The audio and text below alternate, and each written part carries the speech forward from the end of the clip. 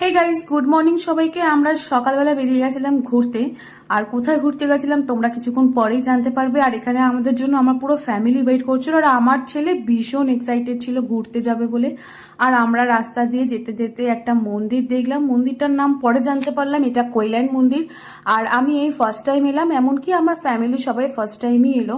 আর ভেতরে ভিডিও করার একদম অ্যালাউ ছিল না, কিন্তু আমি ভিডিওটা তুলতে না চাইলেও তুলতে আমার হচ্ছিল, কারণ এত সুন্দর একটা মন্দির আমি ফার্স্ট টাইম কি দেখলাম। আর বলবে? এত সুন্দর ডিজাইন।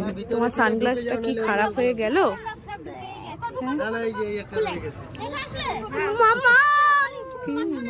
ঘুরতে বেরোনো শুধুমাত্র আমার ছেলের জন্য। এত এক্সাইটেড না, ঘুরতে কোথাও বেরোনোর কথা শুনলেই ওর একেবারে খুব আনন্দ হয়।